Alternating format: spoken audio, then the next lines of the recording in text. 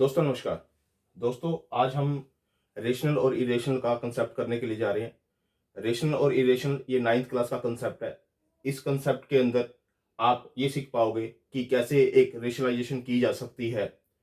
और ये जो एक्सरसाइज है वो 1.D है, जिसके अंदर ये क्वेश्चन दिए गए हैं। इस क्वेश्चनों को कैसे करना है हम सीक्वेंस वाइज इसको करेंगे। 2/√6, 2/√6 इसका हमने रेशनलाइजेशन करना है। ये न्यूमिनेटर होता है, ये डिनोमिनेटर होता है। हम क्या करेंगे, जो डिनोमिनेटर में नंबर है उसको न्यूमिनेटर से भी मल्टीप्लाई कर देंगे और डिनोमिनेटर से भी मल्टीप्लाई उसी सेम नंबर से, यानी कि √6 को न्यूमिनेटर से भी मल्टीप्लाई कर दो और डिनोमिनेटर से भी मल्टीप्लाई कर दो। अब इसके बाद क्या करना है, आपको 2 को मल्टीप्लाई करना है √6 के साथ और √6 को मल्टीप्लाई करना है √6 के साथ। यहाँ पर इसकी और इसकी मल्टीप्लीकेशन करोगे तो 2√6 आ जाएगा और इसकी मल्टीप्लीकेशन करोगे तो 6 आ जाएगा। क्यों आ जाएगा? क्योंकि अगर आप √6 को √6 से मल्टीप्लाई कर रहे हो तो उसके बाद क्या होता है, ये पावर हाफ होती है और ये भी पावर हाफ होती है और बेस दोनों का सेम है। जब दोनों का बेस सेम है तो पावर ऐड हो जाती है, तो पावर ऐड होने के बाद ये 6 बच जाता है, तो इसलिए यहाँ पर 6 आया। और इसको फिर 2 से इसको सिंप्लीफाई कर देंगे, 2 से इसको कट कर देंगे, 3 आ जाएगा। यानी कि फर्स्ट क्वेश्चन का हमारा जो आंसर आ जाएगा √6/3 हमारा ये आंसर आ जाएगा। जो ये फर्स्ट क्वेश्चन है, हमने क्या किया, जो डिनोमिनेटर में दे रखा है उसी से न्यूमिनेटर को और डिनोमिनेटर को मल्टीप्लाई कर दिया। फिर हमने इसकी कोरस्पॉन्डिंग मल्टीप्लीकेशन कर दी। मल्टीप्लीकेशन करने के बाद हमारे पास 2√6 आया और इसकी √6 की और √6 की मल्टीप्लाई करेंगे तो 6 आएगा, जैसा कि मैंने यहाँ पे आपको बता दिया है। अब 2 से इसको कट कर दिया, 3 आ गया, तो √6/3 इसका फर्स्ट का हमारा आंसर आ गया। जो इसका सेकंड क्वेश्चन है वो दे रखा है √2/2√3।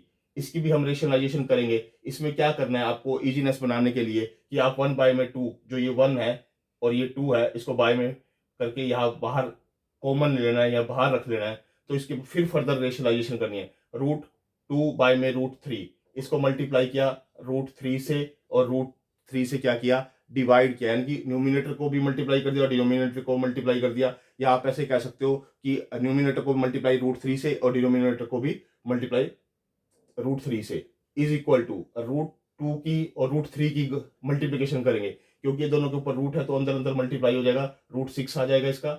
और ये 1/2 ऐसे कैसे बाहर ही रखना है आपको, √3 और √3 की मल्टीप्लीकेशन करोगे तो 3 आएगा। जैसा कि मैंने ऊपर भी बताया था, अगर सेम नंबर पे रूट लगाओ उसकी मल्टीप्लीकेशन करते हो तो वही नंबर आ जाता है, तो वो 3 आ गया। अब ये इसकी 2 की इसके साथ मल्टीप्लाई कर दो, 2 3 जा 6 और √6 की 1 से मल्टीप्लाई कर दो तो √6 ही रहेगा। ये हमारा सेकंड का आंसर आ गया।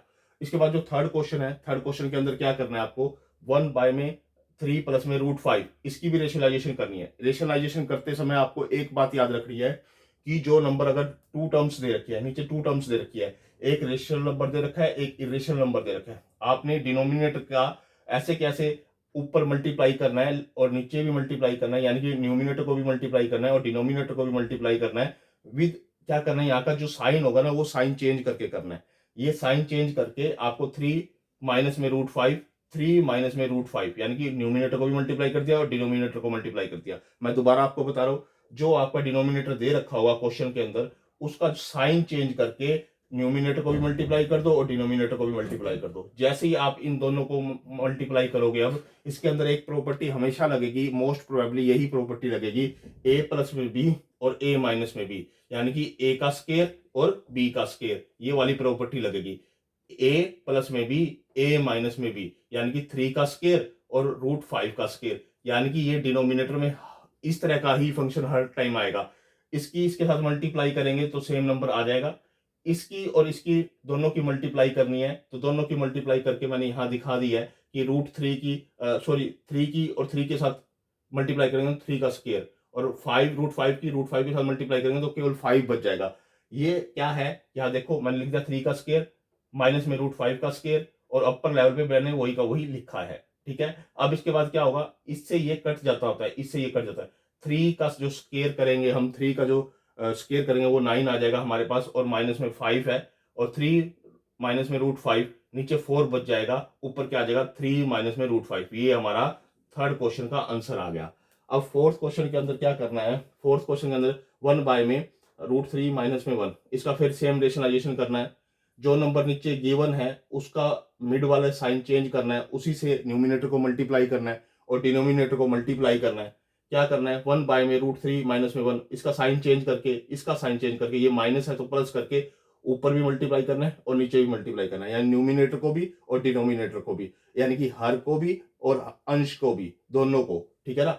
इसको क्या कहते हैं, अब इसकी इसके साथ मल्टीप्लाई करनी है हमने और नीचे वाले की नीचे के साथ मल्टीप्लाई करनी है। नीचे वाले की प्रॉपर्टी वही सेम लगेगी, ए प्लस में बी, ए माइनस बी, जिसको हम जानते हैं ए स्क्र माइनस में बी स्क्र। अब आपको क्या करना है, √3 माइनस में 1, √3 प्लस में 1, इसकी इसके साथ, इसकी इसके साथ, और उसका स्केयर करना होता है। ये हमारी प्रॉपर्टी होती है जो कि 8th क्लास में 7th क्लास में स्टूडेंट को आ जाती है। यानी कि अगर आप इसको ओपन करके वैसे भी मल्टीप्लाई करके देखोगे तो भी यही आएगा हमारे पास।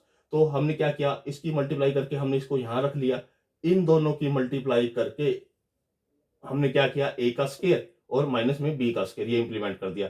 अब ये रूट से ये स्केयर कट जाता होता है, यहाँ पे 3 रह गया, यहाँ 1 रह गया, 3 माइनस में 1 2 आ जाएगा और ऊपर का सेम ऐसे ही रहेगा।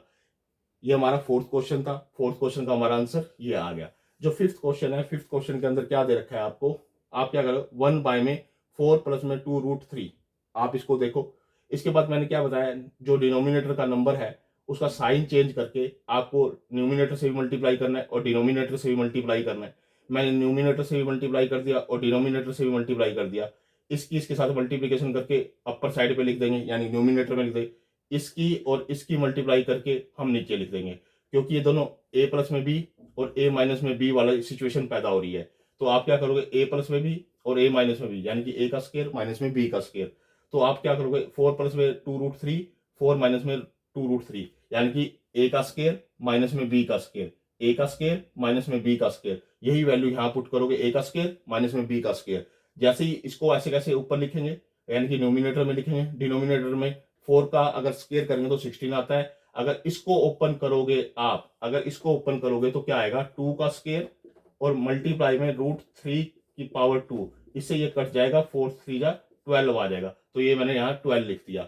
16 माइनस में 12, 4 बच गया, और बाकी 4 माइनस में 2, ये ऐसे कैसे लिखागा। अब इसमें क्या है, 2 कॉमन ले सकते हैं हम, हमने 2 कॉमन लिया, 2 माइनस में √3 बाय में 4। अब इसको सिंप्लीफाई करने के लिए 2 से 4 को कट किया, 2 रह गया, तो हमारे पास जो रिमेनिंग आंसर आ गया ये आ गया।